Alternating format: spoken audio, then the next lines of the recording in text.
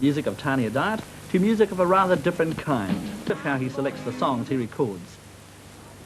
I was going to say it's easy. It's difficult finding really good songs, but every now and then, out of every 100, you'll find 5 good songs.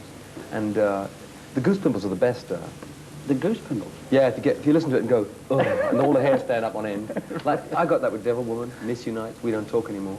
And you think, oh, fantastic, I must do that. That's You're not always reaction, right. Oh, yeah, it's just a sort of gut feeling that you get about a song. And the main thing is you've got to want to sing it. Because, I mean, in the end, when you make a record, you're with it for life.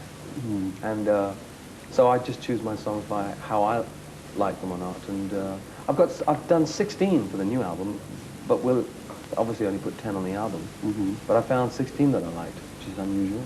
When you're performing live, do you get inspiration from the crowd, from yourself, or? Oh, a bit of both. Mm-hmm. I mean, you have to know what you're going to do first. And the band and I are always very rehearsed. And so we know what we're going to do.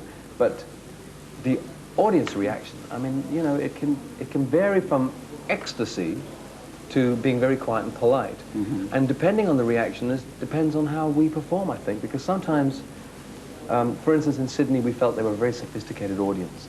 And it made me perform in a very aggressive manner. I don't mean nastily. I didn't sort of hit anybody. But I kept thinking to myself, oh, I'll show them, you know. And in the end, they were all on their feet, stomping and screaming for more. And so that the audience, the way the audience reacts to you, mm-hmm. does, in fact, decide how you perform. So all the while you're performing, things are going through your mind as to how can I give out better to get them to react to me. That's right, kind yeah, of thing. it is. All the time. Well, it must take quite a bit out of you now. I go jogging to keep in condition. What do you do? I go on stage every night for an hour and a half. Come off drenched, usually. It's quite an active show for me. I mean, I don't stand still for very long. And every night I've been off so far, I come off absolutely drenched. Mm-hmm. And I play a bit of tennis too.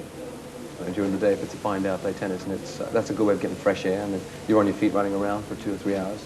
Do you warm up before a show? Yeah, I usually sing for an hour. When I'm back home, I sing for an hour before the public get in. Just gentle things, you know, so I don't hurt my voice. But here I found, I don't know, maybe it's because I've been up earlier in the day and things and playing tennis, that I find half an hour's sufficiency to warm my throat up. How do you prepare yourself mentally? Or do you prepare yourself mentally? Sometimes I've gone on stage with no time at all. I mean, the other day in Sydney, I couldn't believe it. People came in to see me right 2 minutes before I went on stage. So that I was going on stage while still signing autographs, and I had to enter like that. No, I don't actually. Sometimes I must admit I think to myself, oh, I'd like to just be on my own for 5 minutes, just to, not necessarily to think about the set, but just to compose myself and get the feeling right. But I find most of the time, as soon as you hear that reaction from an audience, as soon as you hear the fact that they actually know who you are, everything falls into place. Yeah, Cliff, I'm going to ask you a double question here. And this comes from the children. I've been asked to ask you, yeah, do you like flying? Well, in airplanes, yes. Mm. I mean, I must admit that when I leave home, after a week's rehearsal, it's sometimes so relaxing.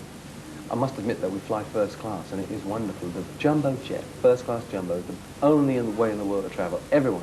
But it should be first class right the way through the plane, I'm afraid. I'm one of those people who don't. I don't believe we should all be economy. I think we should all be first class. And it's the most lovely way of flying. It's so relaxing. All the phones stop. No one bothers you. People come around feeding you. It's wonderful. I love it. Lovely. Cliff Richard, thank you very much for coming on our show. We're going to play a segment now, Wired for Sound. Right? Oh, great. Okay. Wired for Sound with Cliff Richard.